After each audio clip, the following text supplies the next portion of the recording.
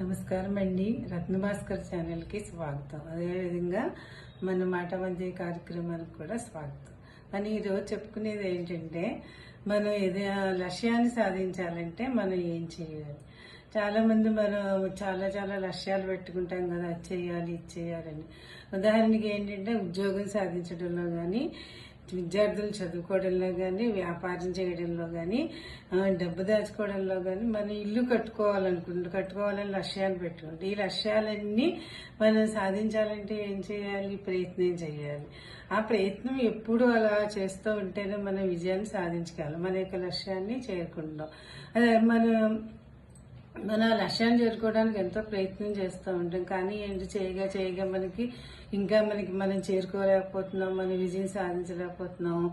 ఇంత కష్టపడ్డం మా వల్ల కాదు బాబు, ఈ టెన్షన్ అది మేము కష్టపడలేకపోతున్నాం, ఈ టెన్షన్ భరించలేకపోతున్నాం అనుకున్న ప్రయత్నాన్ని మానేస్తారు. అలా మానకుండా మనం ఆ ప్రయత్నాన్ని కొనసాగించి సమయానికి విలువనిచ్చి నిరంతరము లక్ష్య సాధనకి పట్టుదలతోటి నమ్మకంతో పనిచేసినప్పుడు మన విజయాన్ని సాధించగలుగుతాం. మనం సాధించలేమని మానేసామనుకోండి, ఇంక మన జీవితంలో ఎప్పటికీ కూడా మన లక్ష్యాన్ని చేరుకోలేం. ఉదాహరణకి ఎంతో మంది సైంటిస్టులు ఉన్నారు.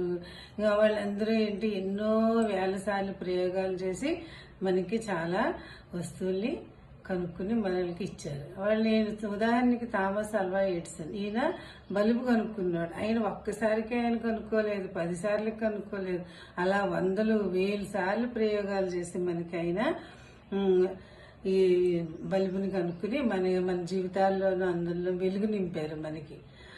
మనం కూడా ఏం చేయాలి, అలాంటి వాళ్ళని స్ఫూర్తిగా తీసుకుని మన యొక్క లక్ష్యాన్ని చేరుకోవడానికి నిరంతరం సమయ పాలన చేస్తూ మనం నమ్మకం పెట్టుకుని పాజిటివ్ థింకింగ్తో మనం ఆలోచించినట్లయితే కనుక, పనిచేసినట్లయితే మనం మన యొక్క లక్ష్యాన్ని చేరుకుంటాము, మనం ఆనందంగా ఉండగలుగుతాం.